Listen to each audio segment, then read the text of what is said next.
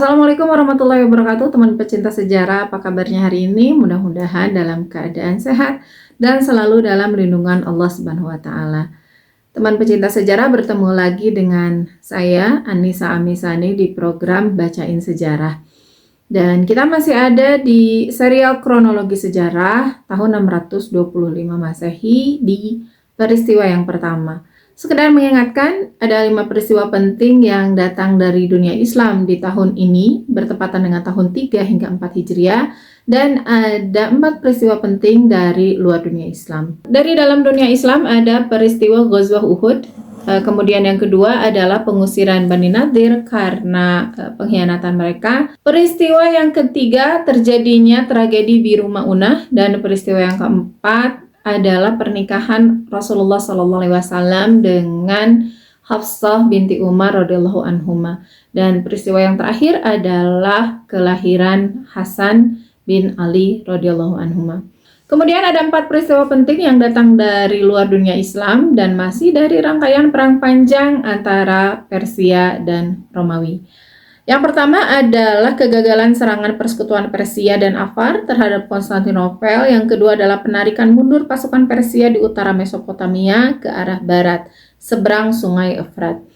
Peristiwa yang ketiga adalah pengejaran pasukan Persia oleh Heraklius sambil membawa harta rampasan perang yang melimpah. Yang keempat adalah pengobatan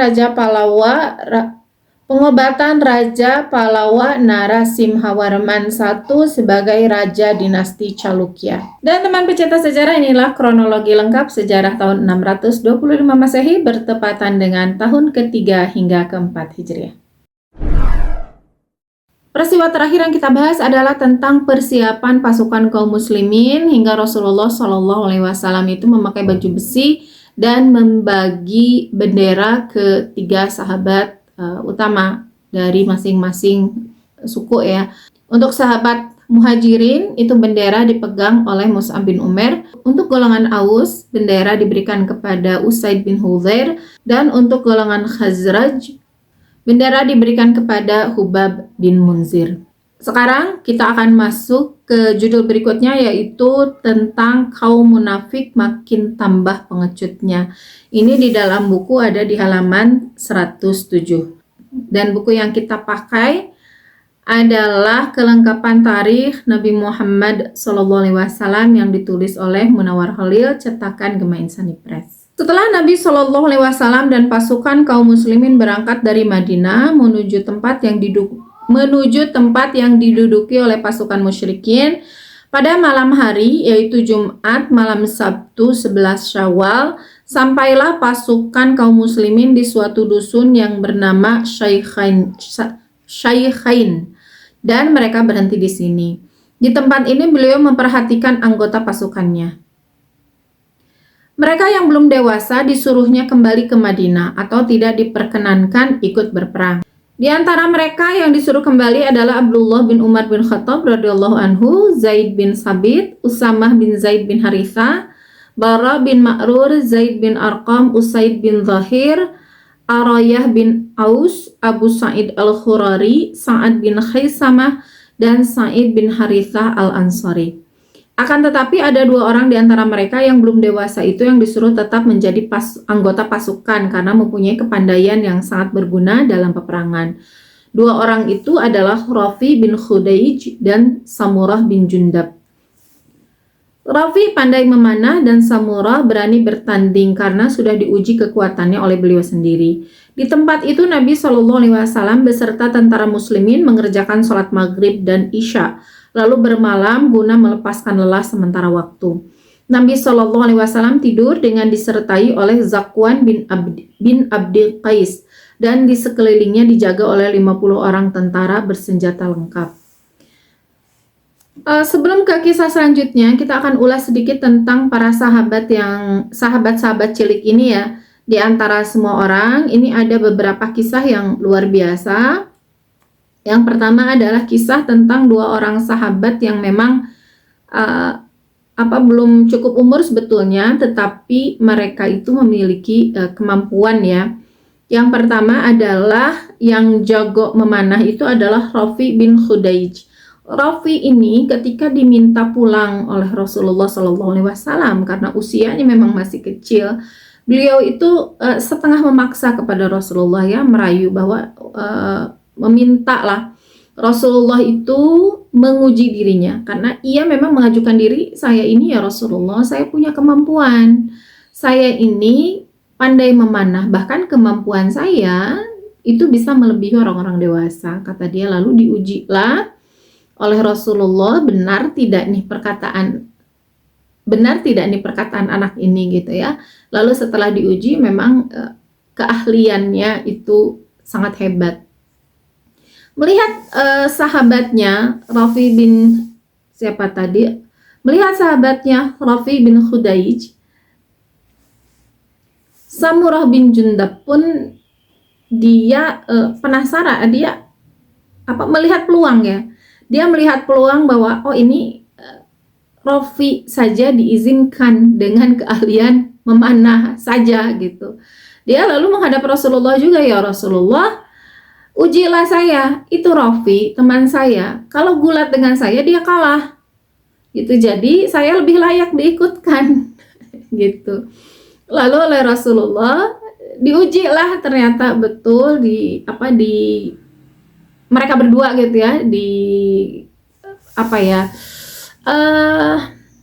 diadu, bahasanya apa ya, dan setelah duel ya, mereka duel, dan setelah duel memang ternyata memang ternyata Samurah ini juga memiliki kemampuan seperti yang dia katakan. Jadi bukan isapan jempol semata, atau bukan dia memuji-muji dirinya sendiri, memaksa untuk ikut ya, tapi memang ternyata memiliki kemampuan. Maka dua orang ini diperkenankan untuk ikut karena keahlian mereka.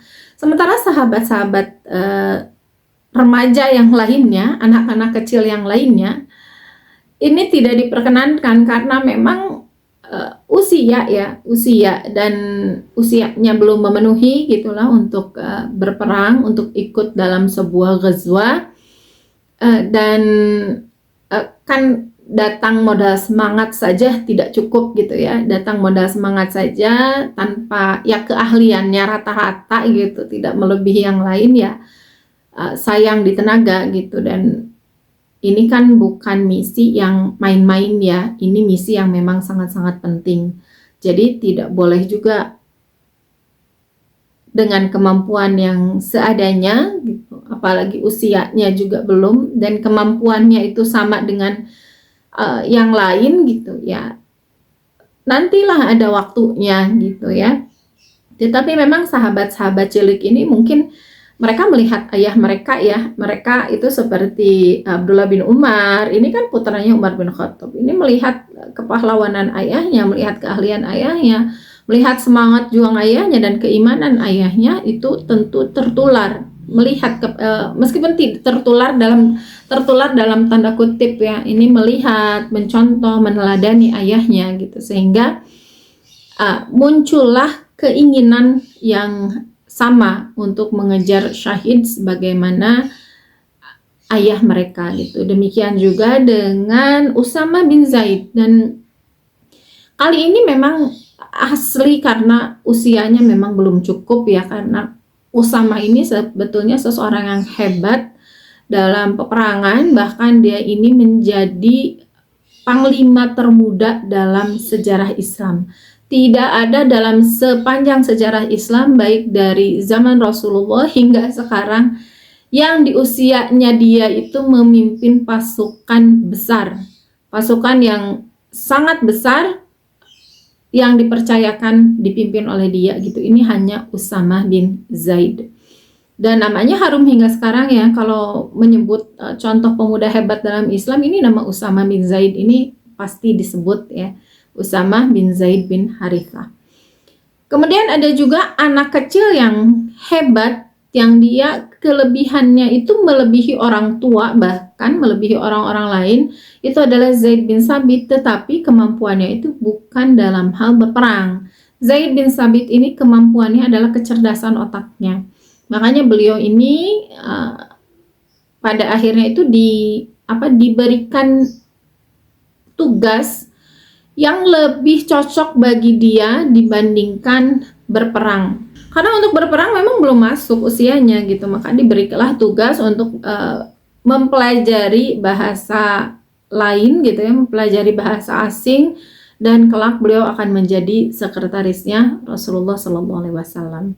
Demikian juga dengan Abdullah bin Umar, beliau juga hebat dalam peperangan, tetapi lebih hebat lagi dari sisi keilmuan. Dan pada saat itu dilarang karena memang usianya saja yang masih muda gitu ya. Jadi anak-anak ini dilarang karena usianya saja yang masih muda. Luar biasa ya, anak-anak ini memiliki semangat yang tinggi untuk memerangi kezaliman, untuk menegakkan kebenaran, untuk menegakkan agama yang hak di muka bumi ini. Dan semangat juang mereka tentu saja bukan mungkin ada yang mengatakan ini memanfaatkan anak-anak, justru tidak. Justru ini bukti bahwa Islam itu tidak memanfaatkan anak-anak kecil. Jadi sesuai saja dengan usianya, kapan mereka bermain, kapan mereka berjuang ya mereka berjuang gitu. Jadi tidak melegalkan lah, tidak membebankan kepada anak-anak itu, sahabat-sahabat kecil itu melebihi dari kemampuan mereka. Menjelang waktu subuh, bangunlah beliau lalu mengerjakan sholat subuh bersama tentara muslimin. Setelah sholat beliau bersabda, "Semalam aku melihat mimpi malaikat-malaikat memandikan Hamzah." Jadi sudah ada gambaran masa depan yang diberikan kepada Rasulullah bahwa Rasulullah SAW itu akan kehilangan dari mimpi yang pertama itu ya, yang sebelum pergi berperang itu akan kehilangan salah satu anggota keluarganya. Dan di mimpi kali ini tuh jelas-jelas beliau itu diperlihatkan mimpi bahwa malaikat-malaikat memandikan Hamzah. Itu berarti sahabat yang akan wafat dari keluarga beliau adalah Hamzah bin Abdul Muthalib. Beliau tidak memperpanjang pembicaraan tentang mimpi itu. Demikian pula mereka yang mendengarnya tidak pula meminta diperpanjang, karena masing-masing telah mengerti. Selanjutnya pasukan kaum muslimin melanjutkan perjalanannya. Di tengah perjalanan bertemulah mereka dengan sekelompok orang yang belum dikenal dan masing-masing bersenjata. Karena itu beliau bertanya kepada tentara yang ada di belakangnya, "Siapakah mereka itu?" Seorang sahabat menjawab, "Mereka itu golongan kaum Yahudi, komplotannya Abdullah bin Ubay." Beliau bertanya pula, "Apakah mereka telah memeluk Islam?" Sahabat tadi menjawab, "Tidak ya Rasulullah." Beliau bersabda lagi, "Sesungguhnya kita tidak akan meminta tolong kepada ahli kufur guna mengalahkan atas ahli syirik." Kata beliau, katanya mereka hendak membantu tentara muslimin, tetapi beliau sebagai seorang pemimpin yang bijaksana sudah tentu menolak bantuan mereka, karena mereka nyata-nyata orang yang kufur kepada Allah. Sebab tidak mungkin orang kafir mau membantu orang yang memusuhi orang kafir. Adapun sabda Nabi SAW tersebut berarti orang-orang kafir itu tidak mungkin dimintai tolong untuk mengalahkan orang-orang yang syirik dan membantu orang-orang yang memusuhi orang kafir dan syirik. Akhirnya mereka kembali dengan kecewa dan pasukan kaum muslimin melanjutkan perjalanannya. Setelah perjalanannya sampai di suatu tempat atau di dusun yang bernama Syawat, tiba-tiba Abdullah bin Ubay kembali ke Madinah bersama komplotan yang berjumlah 300 orang. Dengan adanya kejadian ini, maka nyata kemunafikan Abdullah bin Ubay serta pengikutnya. Karena itu Abdullah bin Ubay berkata, "Muhammad tidak sudi mengikuti pendapatku, tetapi mengikuti anak-anak dan orang-orang muda sekarang, serta orang-orang yang tidak berpengetahuan. Karena itu, marilah kita sekarang kembali saja, hai orang-orang." Yang dimaksud orang-orang itu adalah komplotannya gitu ya. Ketika Abdullah serta pengikutnya kembali, ini ada seorang sahabat yang juga sekelompok sahabat yang juga mengikuti mereka. Di antaranya adalah Abdullah bin Amir bin Hiram, karena ia termasuk golongan Khazraj. Lalu ia lalu memperingatkan mereka yang kembali. "Hai kaumku, ingatlah kamu kepada Allah dan takutlah kepadanya. Apakah kamu hendak merendahkan kepada kaum dan nabimu? Mereka menyahut, "Jika kami mengerti akan berperang, niscaya kami mengikuti kamu." Jawaban mereka itu sebagai penghinaan kepada Nabi Shallallahu Alaihi Wasallam dan kaum muslimin yang mereka anggap tidak mengerti strategi berperang. Lalu Abdullah bin Amr berkata, "Mudah-mudahan Allah membinasakanmu dan mudah-mudahan Allah memberikan kekayaan kepada nabinya dari kelakuanmu yang keji itu." Karena itu tentara muslimin tinggal 700 orang dan antara tentara muslimin golongan Ansor Bani Harithah yaitu Khazraj dan tentara muslimin golongan Ansor Bani Salamah yaitu Aus timbul sedikit perselisihan. Mereka memperselisihkan Abdullah bin Ubay serta pengikut-pengikutnya. Golongan Bani Khazraj berpendapat bahwa Abdullah bin Ubay itu lebih baik diperangi dahulu dan golongan Bani Aus berpendapat bahwa mereka itu lebih baik dibiarkan saja. Karena adanya perselisihan ini Allah menurunkan wahyunya kepada Nabi Shallallahu Alaihi Wasallam di surat An-Nisa ayat 88. "Maka mengapa bagi kamu terpecah menjadi dua golongan dalam menghadapi orang-orang munafik? Padahal Allah telah membalikan mereka kepada kekafiran sebagaimana usaha mereka sendiri. Apakah kamu bermaksud memberi petunjuk kepada orang-orang yang telah disesatkan Allah? Barang siapa yang disesatkan Allah, sekali-kali kamu tidak mendapatkan jalan untuk memberi petunjuk kepadanya." Kemudian Nabi Shallallahu Alaihi Wasallam lalu bersabda, "Sungguh ia itulah yang baik. Ia memusnahkan kejelekan sebagaimana api melenyapkan karat dari perak." Demikianlah sikap Nabi terhadap orang-orang munafik. Mereka itu dianggap sebagai kotoran, maka kotoran itu lebih baik lenyap daripada bercampur dengan kebersihan. Ini teman pecinta sejarah, banyak hal yang kita pelajari dari kisah ini ya. Kita urutkan satu persatu dan kita ambil hikmahnya juga satu persatu. Kisah yang pertama, kisah ini kan menceritakan tentang keberangkatan Rasulullah Shallallahu Alaihi Wasallam dari Madinah menuju Ghazwah Uhud. Dan ada beberapa peristiwa, yaitu diantaranya dipulangkannya para sahabat yang usianya masih kecil, dipulangkan dan diperkenankan untuk ikut. Untuk Rafi bin Khudaij dan Samurah bin Jundab ini, khusus dua orang ini diperkenankan ikut meskipun usia mereka belum memenuhi. Itu peristiwa yang pertama.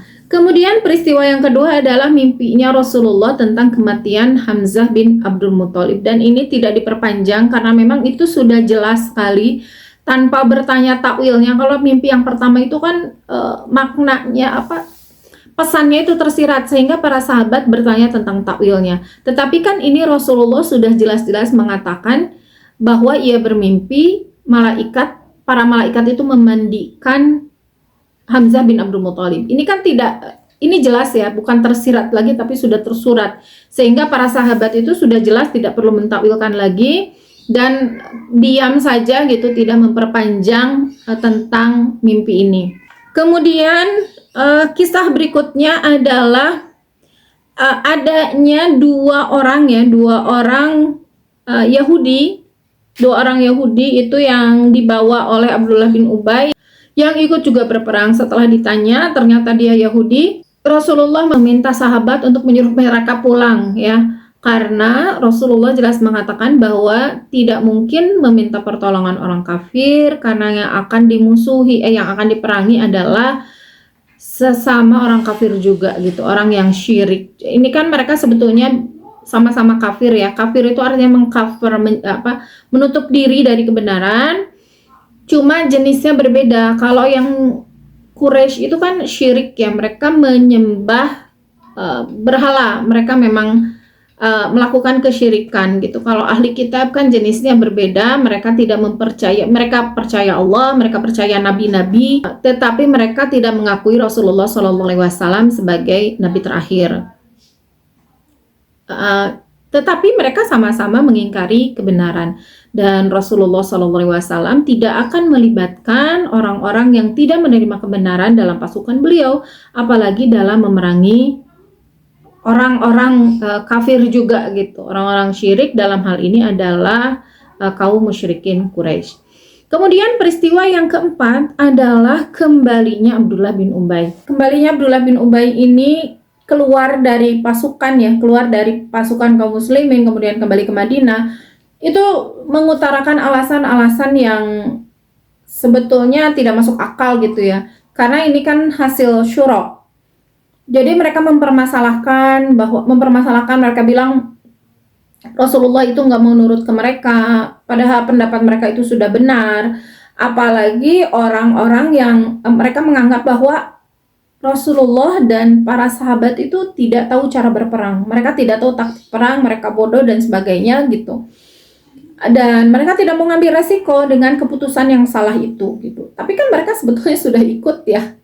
Sudah ikut sampai di lokasi tersebut, ini hampir mau terjadi gitu ghazwahnya. Mereka juga sudah melakukan membawa perbekalan, bersiap untuk berperang, tetapi tiba-tiba membelot gitu. Ini ada beberapa makna ya. Jadi bisa karena memang sengaja Abdullah bin Ubay melakukan itu untuk mengacaukan pikiran, mengacaukan pemikiran, mengacaukan konsentrasi kaum muslimin gitu. Atau bisa juga karena dia malas saja, dia sudah berangkat tapi malas tidak jadi gitu ikut. Dan ikutnya pun itu dipertanyakan. Ada yang mengatakan bahwa mereka itu ikut ya karena ingin rampasan perang, karena kan di Badar Rasulullah SAW menang dan membawa harta rampasan perang yang banyak gitu ya. Dan mereka ikut ke Uhud juga sebetulnya alasannya itu gitu. Jadi ada beberapa yang mengatakan gitu ya alasan-alasan tersebut, tetapi yang tahu secara detail alasannya tentulah si pelaku sendiri, yaitu Abdullah bin Ubay gitu. Karena dia membawa pasukannya, membawa orang-orang dari sukunya itu sampai 300 orang. Ini ada seorang sahabat yang bernama Abdullah bin Amir bin Haram. Beliau adalah ayah dari Jabir bin Abdullah. Ini Jabir bin Abdullah kelak di kisah-kisah berikutnya, ini kisahnya itu akan banyak disebut ya, Jabir bin Abdullah itu. Dan ayahnya sendiri yaitu Abdullah bin Amr bin Haram ini juga termasuk sahabat yang utama dan mempunyai kisahnya sendiri setelah perang Uhud ini. Dan beliau itu karena sama-sama dari suku Khazraj, menyusul ikut gitu ya, kayak yang ikut padahal mengingatkan Abdullah bin Ubay dan teman-temannya itu yang 300 orang itu mengingatkan untuk tidak berbuat seperti itu gitu. Tetapi jawaban yang diberikan kepada Abdullah bin Haram ternyata malah menyakitkan, mengatakan bahwa tidak mau ikut dengan kaum yang tidak mengerti berperang gitu. Tidak di sini dikatakan jika kami mengerti akan berperang, niscaya kami mengikuti kamu gitu. Jadi karena kalian gak ngerti perang, saya gak akan ikut. Nah, buktinya kan kalian gak ngerti perang, kalian tidak tahu taktik perang. Usul kami yang brilian itu untuk bertahan di Madinah tidak dipakai sama kalian, udah kami gak usah ikut gitu. Abdullah bin Amir hanya mengatakan mudah-mudahan Allah membinasakanmu dan mudah-mudahan Allah memberikan kekayaan kepada nabinya dari kelakuanmu yang keji ini. Lalu kembalilah Abdullah bin Ubay, dan berarti perbandingan kita yang di episode kemarin ya tentang jumlah pasukan itu sekarang berkurang. Tadinya kan pasukan Islam itu 1000 dan pasukan kafir Quraisy itu 3000, berarti 1 berbanding 3. Sekarang sudah berkurang menjadi 700 orang melawan 3000 orang. Berarti ya 7 berbanding 30. Dari 1 berbanding 3 menjadi 7 berbanding 30. Dan ini perbandingan yang cukup jauh ya. Kalau yang tersurat gitu, ini mungkin nggak menang nih. 300 lawan 3000, 700 lawan 3000. Tetapi kan selalu Allah memperlihatkan bahwa kemenangan itu bukan dari jumlah pasukan. Dan memang kelakuan orang munafik memang seperti ini ya, dan tidak aneh. Ini hal sebetulnya yang tidak lebih parah lah dibanding perilaku mereka yang sebelumnya yang memaksa Rasulullah SAW untuk membebaskan Bani Qainuqa ya. Kita ingat betul apa yang terjadi di Bani Qainuqa ketika Rasulullah itu sudah syura, sudah memutuskan, sudah mengeluarkan surat keputusan gitu, sudah keluar SK, sudah keluar hukuman untuk Bani Qainuqa. Dia memaksa sampai bersikap tidak sopan, bukan hanya berkata tapi bersikap juga tidak sopan sampai membuat Rasulullah SAW marah. Dan apa yang dilakukannya sekarang juga sama saja, dia cuma ingin mengacaukan para sahabat, mengacaukan pasukan kaum muslimin. Karena sebetulnya di dalam hati mereka yang mereka inginkan itu bukan berperang di bawah kaum muslimin, bukan. Yang mereka inginkan justru kekalahan kaum muslimin. Yang mereka inginkan adalah hancurnya kaum muslimin, karena di dalam hati mereka itu ada kebencian terhadap kaum muslimin dengan latar belakang yang sudah saya kisahkan ya di episode-episode sebelumnya, kenapa mereka mempunyai perasaan seperti itu kepada kaum muslimin. Dan sikap orang munafik ini tentu saja bagi tentara-tentara yang lain ini bikin kesal. Meskipun meskipun Abdullah bin Ubay tidak membawa keseluruhan pasukan Khazraj atau sahabat-sahabat dari Khazraj, tidak semuanya gitu ya ikut, tetapi tetap saja ini menimbulkan kekisruhan di kalangan para sahabat. Cuman yang unik, kekisruhannya itu bukan kekisruhan khawatir karena mereka keluar, bukan, tetapi kesal dengan perbuatan mereka dan berbeda pendapat tentang cara menghukum mereka.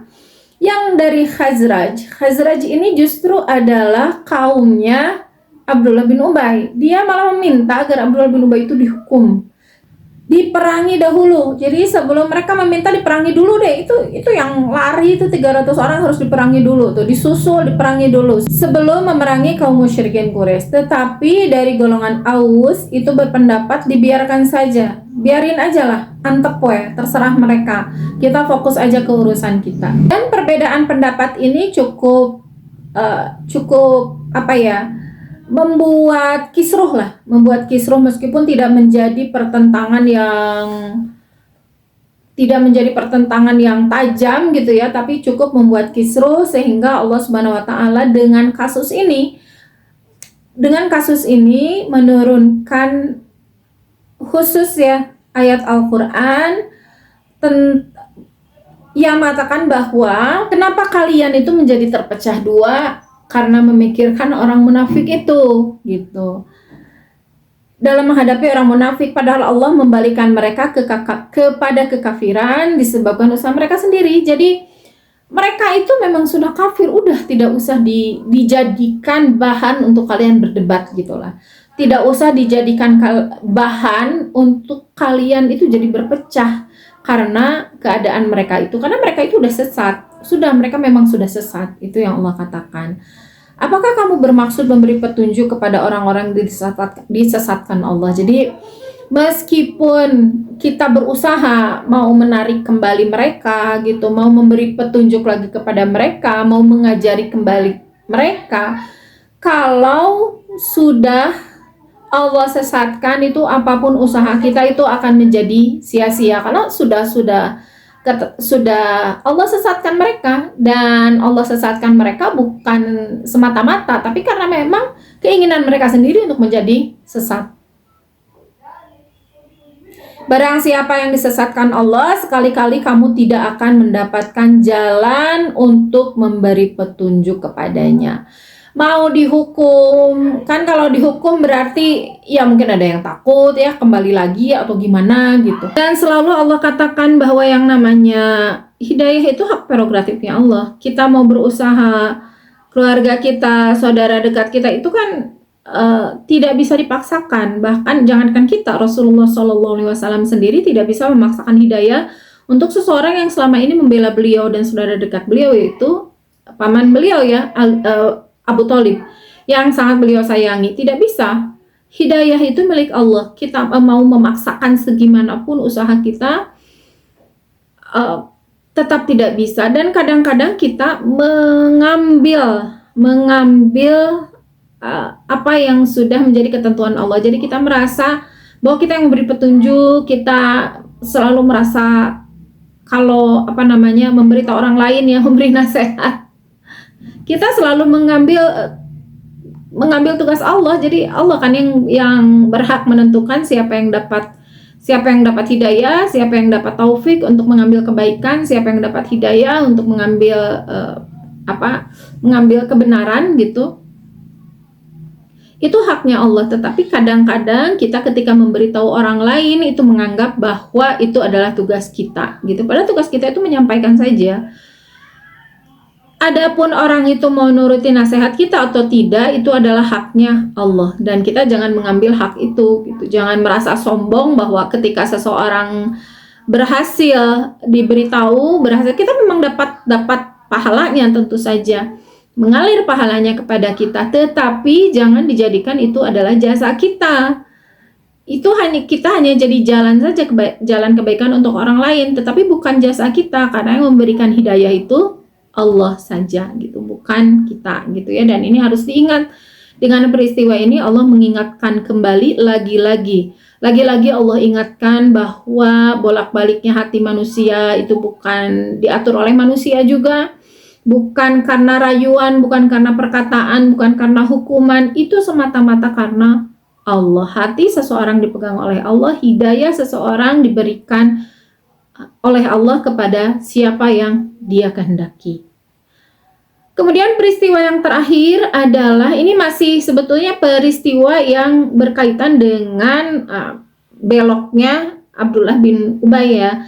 Tetapi hikmah lain yang Rasulullah SAW berikan, tadi kan Allah itu memberikan hikmah kepada para sahabat bahwa jangan bertengkar gara-gara mereka udah Allah sesatkan, udah gitu ya. Dan Rasulullah SAW juga memberikan pelajaran yang luar biasa juga, yaitu bahwa sungguh itulah yang baik. Jadi Rasulullah menganggap mereka pergi itu justru kebaikan bagi kita gitu. Mereka pergi itu justru kebaikan karena ia memusnahkan kejelekan sebagaimana api melenyapkan karat dari perak. Jadi kalau kita ingin pasukan kita bersih, kita ingin pasukan kita mendapat kemenangan dari Allah, maka harus orang-orang baik saja yang ikut. Tadi kan yang pertama orang kafir tuh disuruh keluar. Supaya apa? Supaya pasukan kaum muslim ini benar-benar dari pasukan yang hanya isinya itu, pasukannya itu, tentaranya itu adalah orang-orang baik saja. Makanya ada tadi perdebatan sedikit saja, Allah itu ingatkan karena pasukan ini hanya pasukan yang memang dijaga gitu ya, dijaga tidak bermaksiat kepada Allah Subhanahu wa taala. Jadi orang kafir diusir tuh. Nah, orang-orang munafik juga mereka tidak dikeluarkan, keluar sendiri. Dan ini justru bagus kata Rasulullah SAW, meskipun dari hukum manusia ini berkurang ya, tentara dari 1000 menjadi 700. Tetapi bagi Rasulullah, di pandangan Rasulullah, di pandangan Allah, ini justru kebaikan, karena mereka yang keluar itu adalah justru mereka yang dianggap kotoran lah, diibaratkan sebagai kotoran. Dan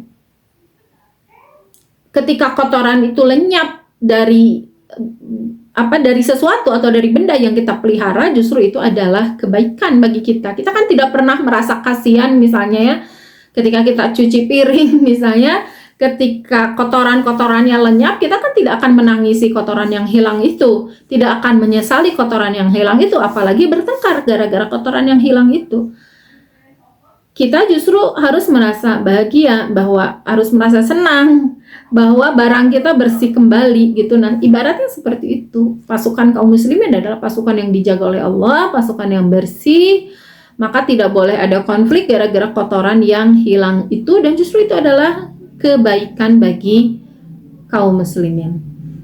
Wallahu a'lam bishawab. Itu saja teman pecinta sejarah yang dibahas hari ini. Lagi-lagi mudah-mudahan kita bisa mendapatkan secara maksimal ya hikmah yang tersurat dan tersirat dari kisah ini, kisah perjalanan para sahabat dan Rasulullah SAW menuju ke Ghazwah Badar.